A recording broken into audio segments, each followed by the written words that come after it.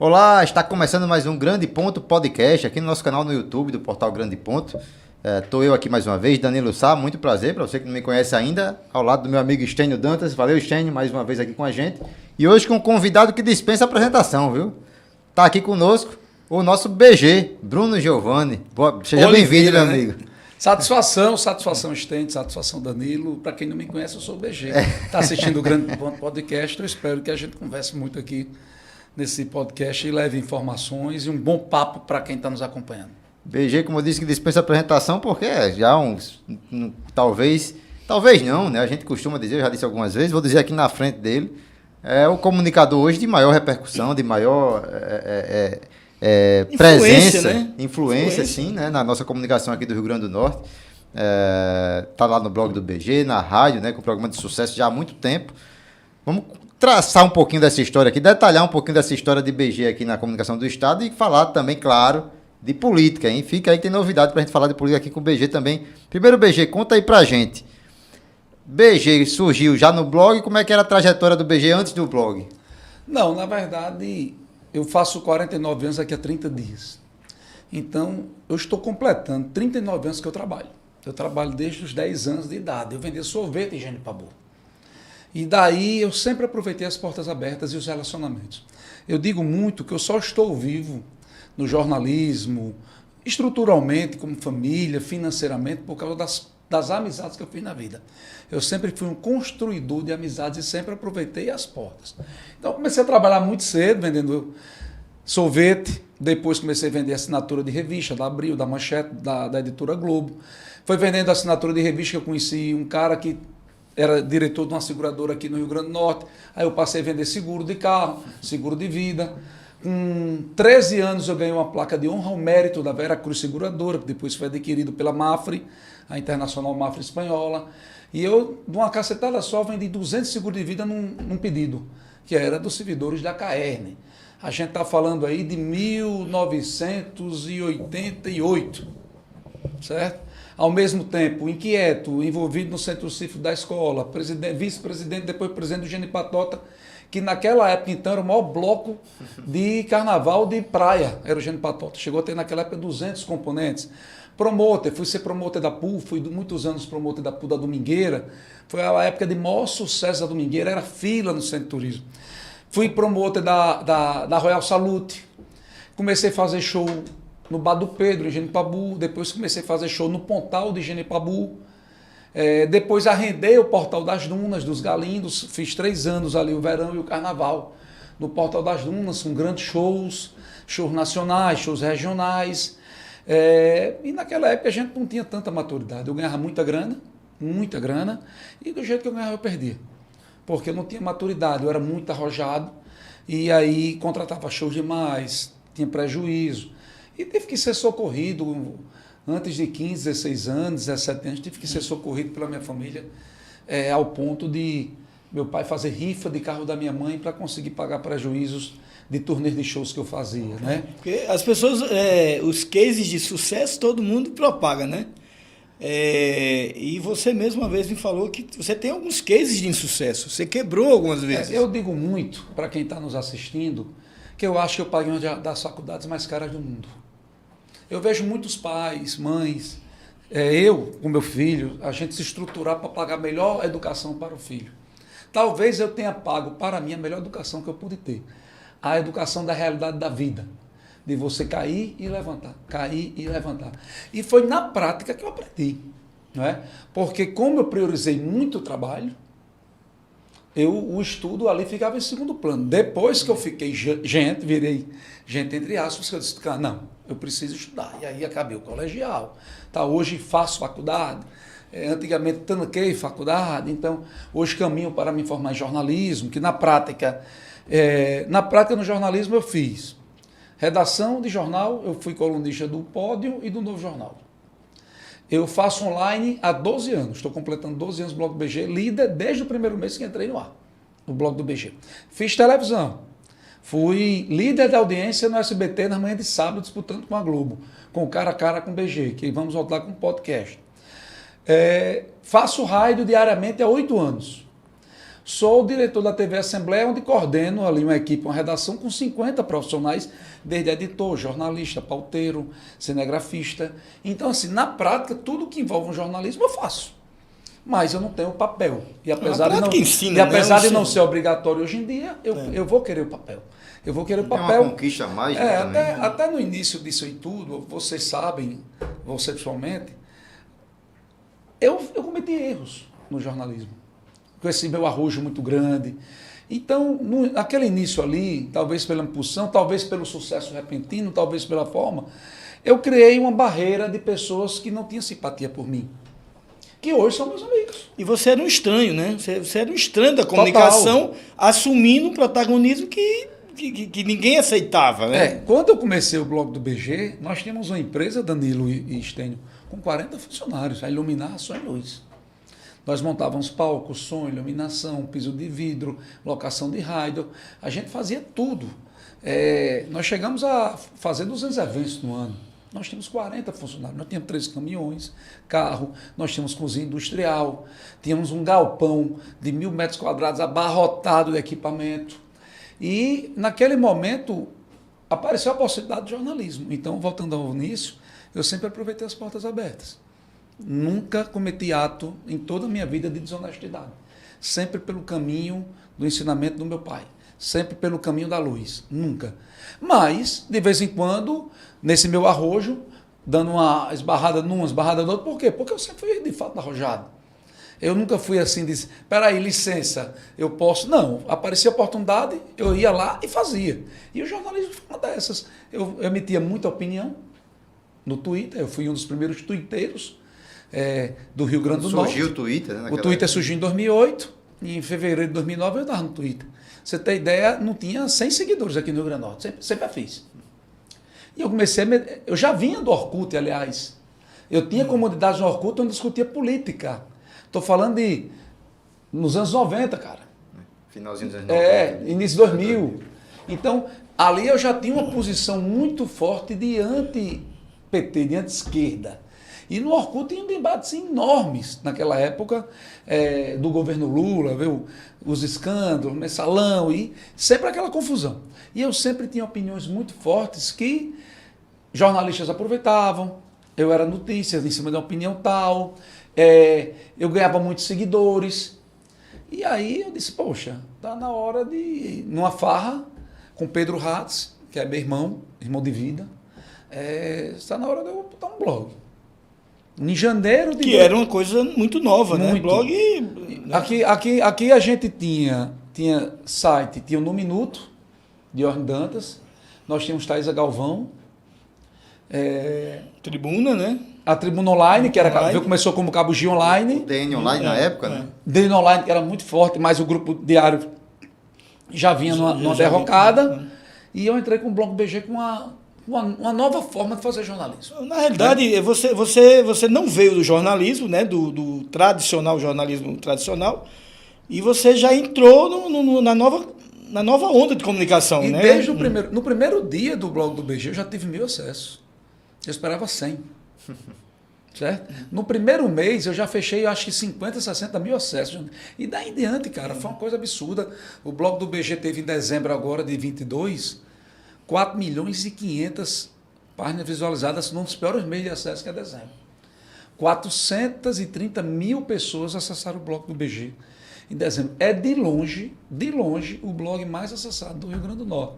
Em quantidade de visitantes únicos, em acessos, ainda sou, nesses 12 anos eu acredito que ainda seja o líder, e só perco aqui no estado para a Tribuna do Norte e para o G1.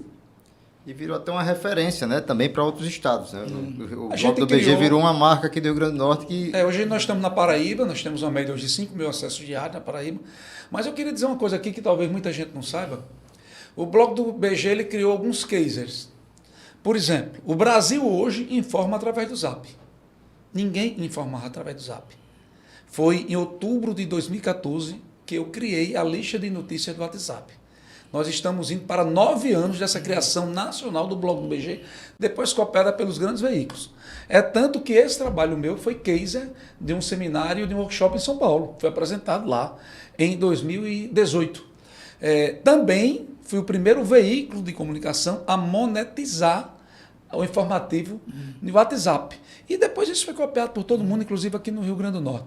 Também foi o blog do BG que criou o formato de blog de página rotativa. Sem você estar precisando mudar a página, você vai infinitamente vendo as notícias, porque a gente publicava muitas notícias e já vai fazer esse formato. Também foi o primeiro blog do Estado a fazer campanhas publicitárias de divulgação do blog, mesmo a gente consolidado, mas sempre relembrando. Por isso que as pesquisas, todos os anos, de todos os institutos, nos mostram como um dos veículos de comunicação e o blog mais conhecido do Estado do Rio Grande do Norte. E já algumas pesquisas me colocam também como o comunicador mais conhecido da população. Veja, e o rádio, né? Você começou no rádio, se eu não me engano, foi na Rádio Cidade, Na né? Rádio Cidade. Na Rádio Cidade. 14 de abril de 2015. 2015. E aí, visivelmente, você tomou uma projeção na comunicação muito grande, porque você sempre fez um jornalismo opinativo, né? E isso findou, eu digo até fortalecendo o blog do BG, mas hoje sua presença no rádio é uma coisa assim fora do comum, né? Na comunicação, como o Danilo bem falou, né? No início do nosso bate-papo. Eu comecei... Como é que foi isso, o rádio? Porque você não... Como é que surgiu a Como é que surgiu a ideia? Como é que você chegou no rádio? Você lembra que eu falei que tudo na minha vida é amizade, porta aberta? Pronto, foi na varanda da minha casa em Pirangi, que era o Azevedo. Foi tomar uma cachaçinha, aí a gente tomou a garrafa toda e lá ele fez o convite para mim para a rádio. Eu já vinha amadurecendo aquilo, isso foi em janeiro, e em 14 de abril de 2015 eu comecei na Rádio Cidade. Detalhe, inovando, no horário de meio-dia. Nós não tínhamos programa de meio-dia aqui. Nós não tínhamos noticiário de meio-dia. Hoje é o horário mais disputado do rádio. É verdade. Um horário nobre, né? Nós não tínhamos WhatsApp em rádio. O meio-dia a gente criou, você mandar mensagem na hora, receber abraço, mandar informação. Nós não tínhamos canal de YouTube. Na época ainda o YouTube Certo? estava pegando. Estava pegando, e aí quando eu chego na 98, a gente criou a transmissão no YouTube. Quer dizer, a rádio virou TV. A rádio virou TV. Então, assim, também o BG trouxe algumas novidades, que também foi copiada por todas as pessoas, né? A gente começou na Rádio Cidade, na hora do meio-dia, foi logo líder, foi crescendo, crescendo, crescendo. Naquela época a gente teve um pico de audiência enorme na cobertura do impeachment da presidente Dilma. Aí nós passamos 14 horas no ar. 14 horas no ar. Eu acho que é recorde isso. Na transmissão do impeachment, voto por voto, cobertura depois, entrando com correspondentes. Aí criamos esse formato de transmissão da eleição que hoje a 96 faz, que eu fiz na 98, de várias horas de cobertura, com entrada tipo rádios AMs antigamente. E acho que o principal diferencial meu é porque o cara que está na rádio lá apresentando todo dia sou eu. Eu não imposto voz, eu não falo palavras de efeito, eu erro. É o eu BG assumo, raiz. De vez em quando eu dou uma esquentada com um ouvinte, de vez em quando eu chamo um palavrão, e eu me comunico de forma fácil. Então, aquele cara que está lá apresentando todo dia é o BG. Ali não tem nada diferente do BG que você conversa pessoalmente, que eu estou conversando, dando entrevista com você, que eu faço uma resenha, não tem nada. Então, Cidade, bombou, eu fui para 98, aí, assim, astronômico a audiência, e saí da 98 para 96, né? Lembrando que todas as empresas que eu entrei saí de porta aberta. Felipe Filho, meu irmão, meu amigo. Haroldo, meu amigo, meu irmão. E a gente se Nedinho hoje um grande brother. Todos de portas abertas, sem nenhum problema pessoal, com convite se um dia de repente quiser voltar. Então, todos portas abertas. E a consagração na 96 foi uma coisa impressionante, porque hoje a gente ainda tem aí 85% da audiência do horário. Mesmo com 6 programas no horário. Ô, BG, ainda insistindo mais um pouquinho nesse tema da comunicação, você já falou aí que, naquele início principalmente, né, você passou por muita cobrança, por muita crítica, de certa forma, pelos erros, pela inovação que você trazia. Como é que você enfrentou essas críticas? Né? Como você enfrenta até hoje? Essas críticas por cometer algum erro, publicar alguma coisa errada, falar alguma coisa errada como você faz na rádio, eu vejo como você se leva Como é que você encara o bullying? Como é que você encara essas críticas de pessoas que, a alguns pontos, eu trabalho também com isso, a gente também, muita gente passa do limite, né? E a gente acaba se acostumando com isso. Mas como é que o BG lidar com tudo isso aí? Eu, por ter tido muitas adversidades, Danilo, tem na vida, eu fui criando um psicológico, um emocional muito forte. Muito. O famoso couro grosso, né? Tem a crítica justa, que de fato eu aprendo com ela. Por exemplo, o canal que existe mais comentário no Instagram do Rio Grande do Norte é o blog do BG, o Instagram. Aquilo é uma selva. Certo? Você encontra absolutamente de tudo. E muitos comentários que eu vejo, eu aprendo. Porque tem muitos comentários construtivos que nos tocam. E você diz, pô, essa pessoa está certa. Olha, esse apontamento aqui tem sentido. O comentário odioso, esse eu não... primeiro que não me afeta, assim, eu não tenho problema com isso. E segundo, ele diz muito mais com quem está deixando do que com quem está lendo. Certo? Já teve algum cancelamento, alguma...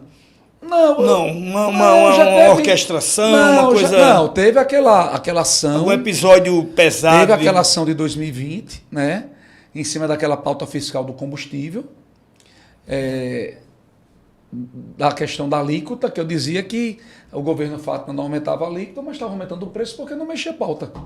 O que depois provou-se que era verdade. Era verdade. E aí veio aquela história do governo do Estado me carimbar de fake news. Tá. Certo? Teve aquela ação deliberada que realmente tiraram o meu perfil do Instagram do ar. E eu fiquei 5 dias fora do ar, até provar ao Instagram, não tinha nada a ver com vacina, nem com discussão política, absolutamente nada disso. Foi mais de 400 denúncias em 10 minutos.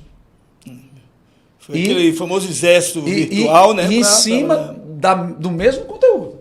E aí tiraram. E a minha sorte, que a gente também fez muito relacionamento no meio, até pessoas que fizeram críticas a gente pesadas no início, se transformaram em nossos amigos, porque eu também sou... eu abro muita porta para o jornalismo, eu emprego. Você veja quantos formatos de rádio eu já formei, quantas pessoas estão em outras rádios hoje, tudo que começaram através do convite do BG. Né? Então, graças a Deus, eu tive muito apoio da população e de amigos jornalistas, e a gente conseguiu reverter aquilo. Eu mostrei depois ao Facebook, que hoje é Meta, que aquilo não tem nada a ver. Né? Mas até hoje tem gente que me carimba de publicador de fake news por causa daquilo, que meu perfil teria saído do ar. Não, teve nada a ver com vacina, nem com... teve essa daí. Os outros cancelamentos, foi moído de grupo de WhatsApp, que uma vez eu falei numa bicicleta, outra vez falei de um táxi, mas são coisas que eu sou acostumado. Assim, meu espinhaço aguenta pancada.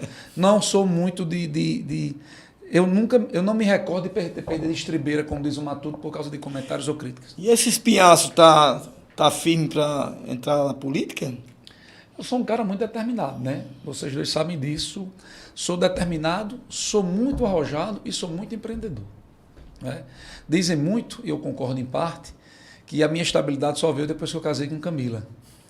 Porque eu sou acelerador e ele é o freio. É freio. Certo? Então eu consegui encontrar ali um equilíbrio, né? E hoje talvez eu esteja pessoalmente na melhor fase da minha vida. Eu me considero hoje uma pessoa financeiramente estabilizada. Eu tenho um lar que eu tenho paz 24 horas por dia. E não existe nada mais primoroso ou nos custoso do que a paz. Quando você tem paz, você tem tudo. Quando você não tem paz, você não tem nada. O que é mais importante na sua vida? Saúde, o amor. Não, é a paz. Porque com paz você tem saúde. Com paz você tem amor. Com paz você tem sanidade para trabalhar e ganhar dinheiro. Quando você não tem paz, você não consegue ter nada disso. Você que tem saúde fica doente. Você que tem dinheiro perde. Então, assim, você que ama, deixa de amar. Então, assim, eu tenho muita paz. E aí eu acho que aquele sonho do garoto dizia que ia ser prefeito de Natal, nos bancos do Colégio Salesiano de São José, fazendo discurso, na praia de Genipabu. Quando eu fui presidente do PSDB Jovem, eu fui presidente do PSDB Jovem de 96 até 2001. Eu abri mais de 100 diretórios jovens no Estado. Nunca aconteceu isso na história. Eu fiz doação de computador para a Casa da Estudante. Eu criei movimentos de juventude política que organizava todos os eventos do PSDB no estado do Rio Grande do Norte e eu discursava em todos. E naquela época o PSDB tinha senador da República, 3 deputados estaduais, deputado federal, tinha pré-candidato ao governo do estado. Era um partido... Hoje o PSDB tem 8 deputados, 9, mas naquela época tinha um senador. Já foi candidato, Virgínia? Não, nunca fui candidato. Nunca foi candidato. Não, fui candidato. Esse ato, esse início e agora, esse período. Sempre adormeceu em mim a vontade de ser político. A política foi me afastando disso. Tá? A convivência. A convivência, o jornalismo, eu vendo como muitas coisas acontecem, vendo algumas negociações, vendo os escândalos que exploraram no país. A política foi afastando os bons. E aquele meu sonho foi ficando adormecido. Como eu acho que eu estou numa estabilidade de vida hoje, e eu não quero chegar ao final da minha vida, seja ele longe ou seja ele próximo, e eu ter frustração. Então eu acho que chegou a hora chegou a hora de eu sair da zona de conforto. Você deve estar se referindo a isso. Você é pré-candidato a prefeito Eu sou Natal? candidato a prefeito de Natal. Pré-candidato só quando tiver convenção. Por enquanto eu sou candidato. Mas veja, você é candidato de todo jeito? Não. Eu sou candidato se eu me inviabilizar. Por exemplo, algumas pessoas não estão entendendo. Não está muito cedo, não, para você estar fazendo essa política? Tá, não. Sabe por quê? Porque primeiro eu tenho que mostrar às pessoas que o projeto é sério, não é aventura. Eu tenho que mostrar às pessoas que eu não quero me valorizar. Eu não preciso de palanque. Eu já sou um cara muito conhecido. Eu não vou ganhar nada me valorizando politicamente. Eu preciso, para me apresentar à população de Natal, de conhecimento dos problemas da cidade e conhecimento territorialmente da cidade. Eu preciso sair da minha zona de conforto e ver o sentimento das pessoas que estão no outro nível de vida diferente do meu. E aí eu comecei a fazer um trabalho, que muita gente não sabe, mas já tem muitos dias, já tem quase 90 dias, de fazer visitas, de conversar sobre Natal, de convidar pessoas especialistas em áreas para me ajudar. Eu formei um grupo. Esse grupo começa a trabalhar agora em fevereiro. Ele é composto por Wagner Araújo, por Jorge Gosso no turismo, por Rodrigo Trigueiro na segurança, Cláudia Santa Rosa na educação, Luiz Roberto na saúde e o professor Rubem Ramos, da UFRN, vai me ajudar com ideias para a mobilidade e para questões de discussão de transporte. Então esse grupo está formado. Eu também convidei um professor de contabilidade, e esse professor ele está fazendo toda a análise no portal da transparência da Prefeitura de Natal, de receita, despesas, comprometimento, o que é investido, o que é gasto com o pessoal, convênios federais, valores que vêm do convênio, para que eu tenha base para ir para a rua e falar, e não ser uma aventura. Paralelamente a isto, eu comecei contatos políticos, né? Tive muitas reuniões políticas nesses últimos dias, tenho vários convites de partido, não é? Fiz um almoço para 16 vereadores ontem, almoço amanhã com os jornalistas, que é para mostrar o quê? Aqui não tem nada de aventura, aqui tem um projeto sólido. Se daqui a 1 ano e 2 meses, daqui a 1 ano e 3 meses, em abril do ano que vem, eu tiver capilaridade, potencial, perspectiva de vitória, eu serei candidato sim. Só não serei candidato de mim mesmo. Mas se eu tiver, as pesquisas me mostrarem que eu tenho um caminho, as quais me mostraram que meu nome é bem aceito, eu tiver uma estrutura de apoio público, uma estrutura para fazer campanha, meu nome está aí. Eu ia perguntar justamente sobre essa questão da estrutura, BG. Você estava falando aí, né, das conversas e tudo mais.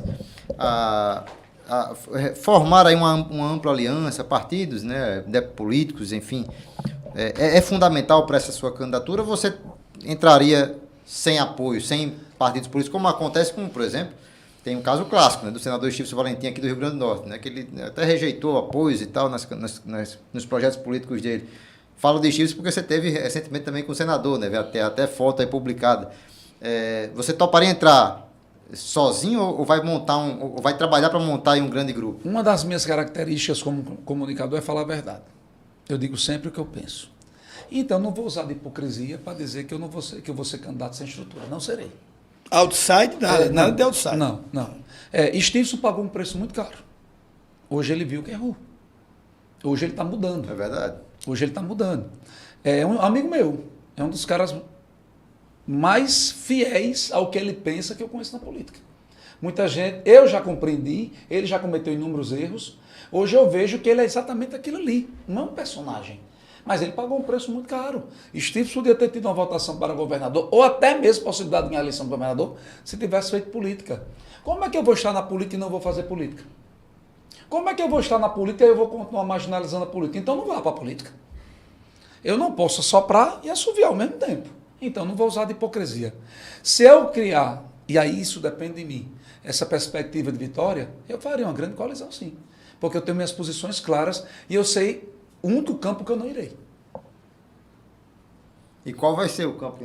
O campo que eu não vou? Não, com certeza eu não serei candidato pela esquerda em hipótese nenhuma. Mas aceitaria conversar? Ou receber o apoio? Conversar, eu converso com todo mundo. Você veja que tem momentos que a gente tem que conversar com o demônio, né? Para saber a opinião dele, como é fazer as consultas. Então, conversar, você tem que conversar com todo mundo, cara. Eu sou um cara de diálogo e não acredito que ninguém possa ter sucesso na sua vida se não for com diálogo. Mas eu sou muito claro, eu não tenho como mudar todas as minhas posições da vida todinha para agora ter um entendimento ou um acerto político com o campo de esquerda. Eu não estou marginalizando a esquerda, eu estou dizendo que a minha vida toda eu me posicionei de forma diferente. Está sendo coerente. Como é que eu vou explicar a Danila, Estênio, a meu pai, a minha mãe, a meus amigos que me acompanham no jornalismo há 12 anos, na rádio há 8 anos, aos meninos que fizeram parte da juventude comigo do PSDB, da época do Centro Cívico Salesiano, que agora eu acho que o socialismo, que a esquerda é bacana. Eu sou um cara que eu defendo o Estado mínimo. Sempre. Presta atenção, esse negócio de direita. Por exemplo, eu tenho agonia dos extremistas. Inclusive, muitos estão chateados comigo. De direita, né? De direita. Inclusive. E eu disse que iam conseguir fazer o que conseguiram. Porque os extremistas de direita, eu entendo aqueles fiéis, eu entendo aqueles que se doam pela causa. Mas chega um momento que aquilo passa a fazer mal. Foram os extremistas de direita que impediram o Bolsonaro de vencer. Porque a culpa todinha de Lula está aí não é de Bolsonaro.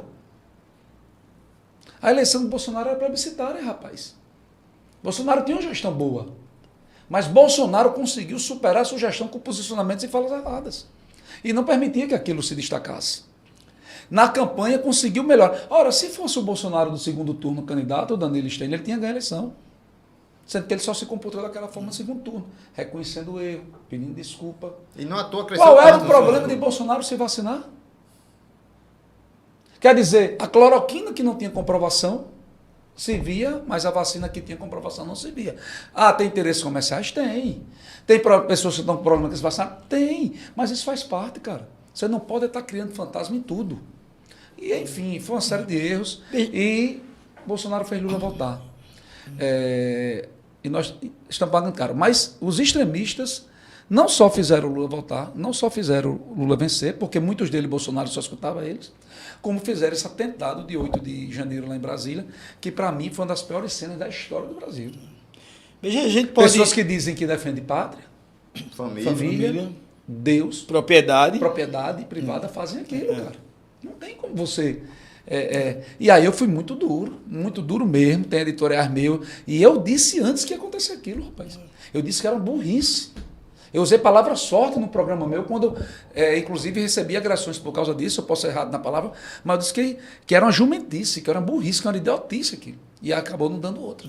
Veja, seria errado uma afirmação que seu nome estaria disponível para a direita, para os conservadores, e não estaria disponível para a esquerda? Eu não tenho, Estênio, aí é que tá. Você pode me fazer a seguinte pergunta. Você topa tudo para ser candidato? Não. Eu não vou deixar de ser eu. Eu não tenho, e olha que eu gosto de Fátima, gosto de Natália, gosto de Jean Paul Prats, gosto de vários secretários do governo de Fátima, são amigos meus pessoais. Acho que Fátima faz uma gestão razoável. Ela conseguiu trazer estabilidade fiscal para o estado do Rio Grande do Norte. Gosto de todos eles. Mas como é que as pessoas vão entender eu me compor com um grupo?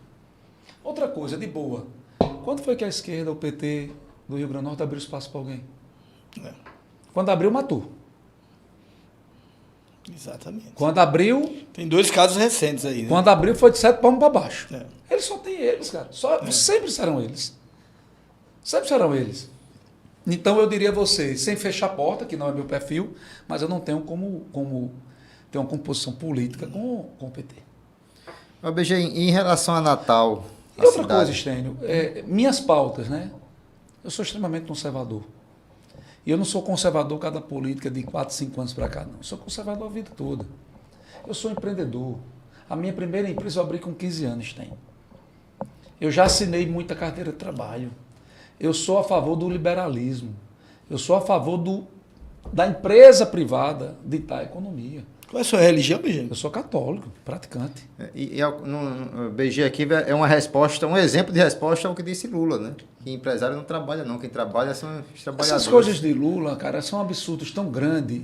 O PT tem essa história de dividir o país. Eles ficam agora se fazendo de vítima, mas quem criou divisão nesse país foi o PT. Os discursos de ódio, quem criou isso foi o PT. Está provado que funciona. E daí, né? Lula é presidente da República, rapaz, com uns 20 e poucos dias de gestão. Para que Lula está falando em ódio, rapaz? Deixa a militância falar. Mas os ministros de Lula todo dia, tanta coisa. Agora tem a estratégia toda por trás, e a gente sabe disso. É suplantar o que não estão conseguindo fazer. Então, essa questão. Minha ideologia são as minhas raízes. E para mim é muito claro isso. Ô, BG, eu estava iniciando a pergunta aqui sobre Natal. Tem algum ponto específico da cidade que você acha que é o mais problemático, que seria um grande foco aí de uma futura gestão de Natal? Danilo, Natal hoje, o que é que as pessoas quando me perguntam, você tem alguma coisa em mente? Tem. Eu preciso trazer a vontade do natalense voltar a viver em Natal. Eu preciso trazer de volta a autoestima nossa. Eu preciso trazer de volta o abraço largo. A vontade de dizer que você é natalense que reside na cidade mais bonita do Brasil, com ar mais puro, com uma cidade que tem o sol a maior quantidade de dias. Nós perdemos isso. Hoje o natalense fala com orgulho de João Pessoa. É quase unanimidade, né? Entendeu? Como é bonito João Pessoa. Você vai para João Pessoa, e eu tenho um negócio lá hoje, o BG da Paraíba, você vai passar um final de semana de João Pessoa, os restaurantes, primeiro todos cheios, fila. Segundo, natalense. Cheio de natalense. Não tem um que você não encontra o natalense. Você vai para os hotéis natalenses. Você para no sinal, quando você vê um amigo seu do lado. É inacreditável. E nós estamos, aqui a gente está vivendo a síndrome do vira-lata. Né? O vira-lata, em vez de olhar para frente, ele olha para o rabo. Então, nós estamos com a autoestima baixa. Aqui você fica feliz quando o vizinho se dá mal. Você fica feliz quando a grama do cara está queimada. Aqui nós temos que torcer que todos estejam bem. Isso é uma coisa por osmose. Todos estão bem, você vai estar bem. Se a sombra for larga, você cabe debaixo da sombra. Mas aqui a gente tem alguns anos, a gente tem isso. E eu culpo os gestores por isso. Eu ia lhe perguntar exatamente isso. Eu culpo os gestores. Não vou fazer aquela pergunta básica de Qual é a maior nota, indústria? mas Carlos Eduardo, por exemplo. Qual é a maior... Esse, para mim, é o grande responsável. Esse, para mim, é o grande responsável por tudo que nós passamos. Tudo que nós passamos é Carlos Eduardo. Carlos Eduardo, coincidentemente, né? Parnamirim bombou. Né? Você veja que a gente diminuiu a população em Natal. Você está falando em relação ao plano diretor, por exemplo? Sim, o Carlos Eduardo travou Natal durante muitos anos. Muitos anos. Né? E demograficamente a gente diminuiu. Parnamirim aumentou. Nova Parnamirim hoje é uma cidade. Então, assim, para mim, esse é o grande culpado. Ele voltou para a prefeitura após o insucesso de Micarla. E aí voltou com facilidade, porque ele usou estrategicamente aquilo como trampolim. Mas essa última gestão de Carlos Eduardo até 2018 é trágica. Vamos lá. Nossa maior indústria, qual é? Turismo. Turismo, né? Qual é o equipamento de turismo de Natal dos últimos 20 anos? Não existe. Você sabe por que a gente ainda está bem no turismo? Natal. Não. Porque quem vai para Pipa vem em Natal. Quem vai para São Miguel do Gostoso vem em Natal.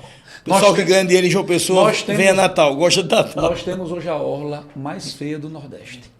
Quando eu digo orla, eu digo do Morro do Careca a Ponte Nilton Navarro. Bora puxar ali para Ridinha Nova e Ridinha Velha. Terra devastada. Devastada, arrasada, terras arrasadas.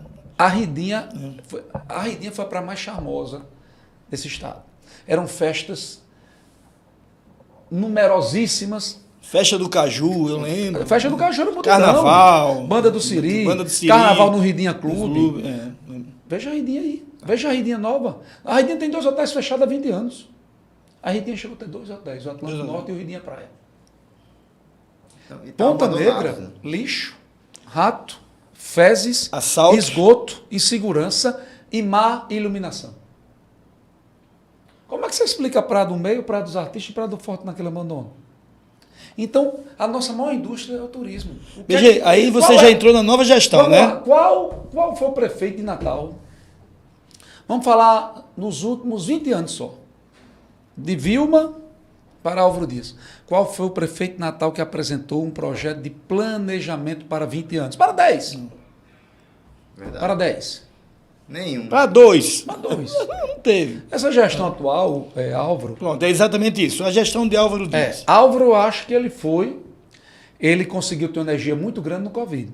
Inclusive, em 2019, eu pensei em ser candidato a prefeito e saí até em 2 ou 3 pesquisas. Cheguei a ter 6% naquela época. Sendo que quando veio o Covid, acabou as possibilidades de qualquer candidatura. Ou você tinha um grupo político de estrutura, ou não tinha. Não houve porque campanha, o Covid né? ajudou quem estava à frente da gestão. Isso em todo o Brasil. E eu achei que Álvaro teve energia muito forte no Covid. Ele saiu bem. Como um médico, né? Como Tire de lá para cá, Álvaro faz o feijão com arroz. Tem obras importantes acontecendo, mas todas devido ao governo federal. A capacidade da prefeitura é zero financeira. Zero. Os servidores reclamam. Chamam ele, diz que é um dos piores prefeitos na história por servidores. Escutei isso, inclusive, ontem, de uma servidora. E acho que ele tem dado sinais políticos controversos. As pessoas estão muito sem entender. E olha que quando eu digo as pessoas da ponta. É o ouvinte do BG, é o comentarista, é o ouvinte da rádio, é o telespectador, aquele que eu converso quando saio da rádio, que eu me encontro no mercado, num supermercado, numa praia. Então, eu acho que Álvaro, ele precisa fazer uma análise do que está acontecendo. Estou achando a gestão, nesse momento, meia desfocada.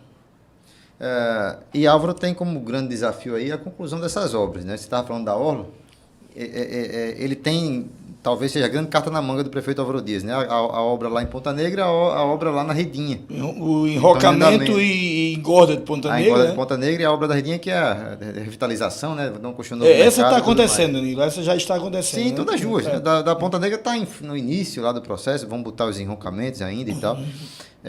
Você acha, BG, essas 2 obras aí sendo concluídas, há a chance do prefeito Álvaro Dias ainda atender a essa expectativa de fazer algo para o turismo aqui do estado? Vamos lá. Natal, no caso. Pelo andar da carruagem, nós estamos já em janeiro de 2023. Eu não acredito que Álvaro conclua o enrocamento até lá. Certo? Ele conseguiu instalar o canteiro de obras, ele conseguiu a licença para a obra. Será que o governo Lula vai cumprir com os repasses como foi empenhado? Se eu não me engano, que foi liberado já está. Não, 78 milhões já 100%? Há um ano, 100% então, há um ano. Então ele tem que ser muito rápido. Agora, Ponta Negra, tem que sair um enrocamento urgente. Tem que concluir, exatamente. Urgente. O negócio lá tá terrível. E a obra da Redinha, eu acho que está bem adiantada, assim. Tá, eu vi que o asfalto do acesso paralelo está concluído. Isso. Está bem adiantado. O BG, ainda falando de política, você também falou aí que teve vários encontros. Um desses encontros foi com o Paulinho Freire, presidente da Câmara Municipal, né? Está renunciando agora. Nós conversamos. Deputado federal. Nós conversamos com o Stevenson, conversamos com o Ezequiel, conversamos com Paulinho Freire, né? Eu tenho ligação com 2 personalidades políticas no Rio Grande do Norte, Ezequiel e Fábio Faria. Fábio deixou a política. Não deverá mais ser candidato na vida. É uma decisão dele, da família dele, ele deixou a política. E tem Ezequiel, que é presidente da Assembleia, e tem a reeleição para o primeiro biênio já acertada. Independente ou não de eu ir para o PSDB, o caminho político que eu traçar, Ezequiel vai estar do meu lado. Mas eu tive conversas com o Estício, Paulinho, fora a Ezequiel. E foram conversas muito boas. Foram conversas excelentes, transparentes e honestas. E os dois no sentido seguinte, Stevenson, se eu me viabilizar, se eu mostrar que eu sou candidato e for candidato mesmo, defendendo ideias, que ele também defende algumas delas, a possibilidade dele me apoiar é muito grande. Certo? Isso não quer dizer que o Podemos me apoiar. Estou falando do senador Stevenson Valentim. E Paulinho Freire, a gente teve uma conversa muito honesta. Ele tem a pretensão de ser candidato, não é uma coisa resolvida na cabeça dele, não é. Ele pode não ser candidato, ele foi eleito deputado federal agora, vai exercer o mandato. Então, pode como não pode ser candidato. Ele não sendo candidato, nós temos um alinhamento para um perfil de público igual. Se Paulinho for candidato e eu for candidato, é jogo de perto. Porque a gente vai entrar ali num público muito parecido. Não é? Então, a gente tem um alinhamento de ir conversando. Então, a gente pode ter novidade daqui para frente. Né? Você falou aí de Stevenson, e nós temos outros 2 senadores, né? Uma senadora, Zenaide, e o senador recém-eleito, Rogério Marinho, que inclusive está disputando agora a presidência do Senado. O que você acha de Rogério, essa candidatura dele? Se a classe política está apoiando do Estado, você é uma pessoa que tem muita ligação com a classe política e empresarial. Hoje nós estávamos conversando que está muito frio, é como se o Rio Grande do Norte estivesse alheio a isso. Nós, nos últimos anos, nós perdemos muita capilaridade política no cenário nacional. A gente chegou a ter presidente da Câmara, chegou a ter presidente do Senado. A gente teve durante muitos anos pelo menos 2 congressistas entre os 10 mais influentes do Estado, ou 10 mais influentes do Brasil. Nós chegamos a ter 10 congressistas entre os 100 mais influentes do país. Nós chegamos a ter, no ano, 10. E hoje nós não temos ninguém. Nós não temos ninguém em destaque nas casas altas. E nós temos a candidatura de Rogério Marinho. Eu diria que melhor do que para o Rio Grande do Norte seria Rogério Marinho ser presidente do Senado para o Brasil. Porque Rogério Marinho, se tiver êxito, o que não é fácil, a gente pode ter um grito de esperança de autonomia de um poder que realmente faça frente ao que a gente tem assistido hoje. Porque o judiciário, ele comeu o legislativo.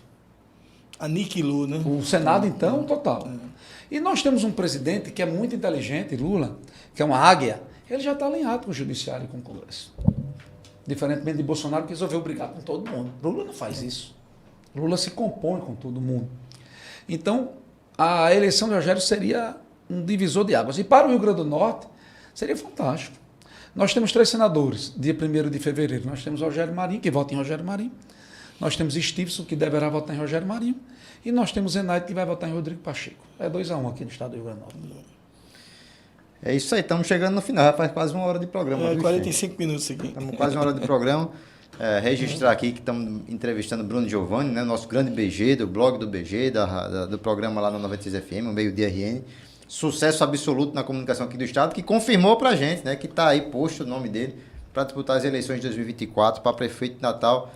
BG, meu amigo, muito obrigado, viu? Você é sempre muito bem-vindo aqui no Grande Ponto Podcast. Eu que agradeço a você, a Estênio, ao Grande Ponto Podcast. Aqui não fica nenhuma pergunta sem resposta. E só reafirmando que esse projeto de candidatura, ele se iniciou faltando 1 ano e meio para o processo, para mostrar à população de Natal que ele não é uma aventura, que ele não é um balão de ensaio. Ele é um projeto que está tendo início, que terá meio, e o fim vai depender se eu conseguir vender esse projeto para a população de Natal, que me traga índices de intenção de voto em pesquisas e estrutura para que eu tenha condições de ser candidato. Eu não tinha o apoio da minha casa e nem tenho, tá? Isso é uma questão complicada lá na minha casa, mas depois de ter tido a oportunidade de ser suplente de senador e ter declinado, até mesmo ser candidato a senador e ter declinado, minha esposa achou que não é o momento mais de me pedir para eu não sei se eu tenho esse desejo há muitos anos, né? E não é fácil você sair da zona de conforto. Então nós temos um acordo lá em casa, e esse acordo inclusive vai para o papel, para você ter ideia, para que as coisas não saiam do trilho por causa de uma candidatura a prefeito. Seu pai, só uma última pergunta, seu pai foi vereador em Natal, né? Meu pai é um caso único em Natal, né? Meu pai foi candidato em 96, 2000, 2004, 2008 e 2012. Acho que 16 ele foi candidato também, mas 16 foi já na brincadeira ali. Então a gente foi candidato 6 vezes, né? Meu pai assumiu o mandato 3 vezes. Ele apoia a sua candidatura? Ele Você falou em família aí? Pronto, né? ele é um que é contra. Né? Ele é contra. Mas lá em casa, como a gente tem um senso de união muito grande, se essa for decisão, vai todo mundo junto. Registrar aí que a gente está falando do ex-vereador Assis Oliveira. Assis Oliveira. E por que eu disse meu pai é um caso único? Um abraço para ele. Porque meu pai, das 6 eleições que participou, teve votos para vencer em 5. Ele ficou entre os 21 mais votados em 5 vezes. Inclusive, numa delas, nós ficamos em 9º lugar mais votado. Mas ficou na primeira suplência. Incrível. Quer dizer, ele disputou 6. Em 96, nós perdemos para Sonalho por 71 votos. Né? Ele assumiu o mandato. Em 2000, nós dobramos a votação. A gente foi, se eu não me engano, a quase 4 mil votos. Perdemos para Américo Cordeiro por 208 votos. Assumimos também. Em 2004 foi a campanha que nós tivemos mais votos, foi mais votada. O problema é que a gente estava no PFL, que aí elegeu Salatiel e Inês Júnior, com votações muito altas, e a gente mesmo sendo da campanha, 4 mil, não me recordo, foi mais de 4 mil votos aí, mais de 4.500 votos, eu acho. Foi voto pra caramba, foi a campanha, foi linda a campanha. Primeiro suplente de novo. Assumiu? Assumiu. Tá. 3 mandatos. Em 2008, a gente ficou na primeira suplência de Paulo Wagner. Quando Paulo Wagner foi eleito deputado federal, meu pai assumiu o mandato. Meu pai que é o meu ídolo. Por isso que eu perguntei. Ele estava Meu pai é unanimidade. Dizem que a unanimidade é burra, né? Mas eu nunca vi uma pessoa chegar para mim e falar mal do meu pai. Grande vereador. Seja na profissão dele como representante medicamento a vida toda. E, aliás, merece um capítulo porque meu pai ele é retirante. E ele criou 4 filhos com muita dificuldade, né? Pagando escola particular, com minha mãe professora de Estado. E só Deus sabe como eles conseguiram nos criar. O DNA é forte. Lá de Patu e ela de São José do Seridó. É um grande exemplo, é um grande exemplo. Depois a gente traz ele aqui no podcast. Vamos conversar São com José da Bonita. Eu sou de Acari e fui criado em Cruzeiro. Meus avós são de Cruzeiro. Né? Aproveitar, eu disse até que ia trazer o ex-vereador Assis Oliveira para cá também. também. Eu sou Medeiros, né? Eu sou da família Medeiros do Seridó. Vamos deixar aqui... Que é por parte da sua mãe, né? Minha mãe. Pronto, minha mãe é Medeiros também. O Seridó, os Medeiros que chegaram lá no Seridó através dos judeus, né? Minha mãe é Dantas de Medeiros e aí depois... Então, sua mãe é parente da minha mãe. Deve ser lá do Seridó. Porque como eu estudei minha árvore genealógica, nós somos parentes, então. Ó, vamos deixar registrar. Acabamos de descobrir um parentesco aqui entre Estênio Dantas e BG, viu? A gente brigava tanto, né? Agora... Ó, registrar aqui. Estamos entrevistando o BG. Na realidade, o Estado, se você for... Quando parte para o Seridó, cara, as famílias, elas se né? Podcast é bom por causa disso. Até uma família se descobriu agora aqui. Gravado ao vivo. Segundo o Enio, né? Tapas e beijos. Segundo o Enio, a gente vivia brigando, né? A gente nunca brigou, poxa. Registrar, estamos entrevistando o BG em janeiro de 2023. Já vamos deixar combinado aqui para quando ele... BG disse que tinha início, meio e fim. Não, mas peraí, eu vou fazer mais uma pergunta. Chegar perto do fim do projeto, vamos fazer de outro podcast. Fazer mais uma pergunta. Eu tenho conhecimento, BG, que você recebeu convite para sair daqui e alçar voos nacionais, né? Numa grande empresa jornalística. Me conta aí um pouquinho sobre isso. Mas foi Jovem Pan, uma fonte... Na verdade... Lá em São Paulo me contou isso. Não, na verdade, eu tive vários convites para sair daqui. Eu já tive convite para fazer programa de rádio João Pessoa, certo? Eu tive convite para ser vice-presidente da EBC. Na gestão Bolsonaro, o ministro Faria me chamou para ser vice-presidente da EBC. Eu teria que deixar de morar em Natal para ir morar em Brasília. Nesse momento que eu fui convidado para ir para a ABC, eu também fui sondado para ir para a Jovem Pan em Brasília. Isso, é isso que me refiro. Em Brasília, né? Teve essa conversa, teve essa sondagem, mas... Eu soube que você chegou aí, né, a conversar com... Não, eu cheguei a ter reunião e tal. E a questão familiar e meu amor por Natal pesou. Enquanto muitos querem deixar essa terra, eu quero viver aqui cada vez mais. Muito bem. Bom demais. Podemos liberar a BG já? Depende dele, né? Você está só fazendo pergunta, né, BG? Prorrogação? Não, você que disse que ia traçar. Danilo quer se livrar. Quer se livrar. Obrigado a todos vocês. Eu espero que a turma gostem. E obrigado, Estênio e Danilo. Valeu, BG. Obrigado. Foi show de abraço, bola. BG. Valeu, Estênio. Valeu, turma. Obrigado, turma, pela audiência aí, por ter assistido o programa até o final. Deixe seu comentário aí, sua pergunta, sua mensagem para a BG. BG gosta de receber mensagem. Faz igual meu filho, vai no joinha. Dá um joinha aí no programa. E claro, confere lá mais notícias no grandeponto.com.br. Até a próxima, valeu!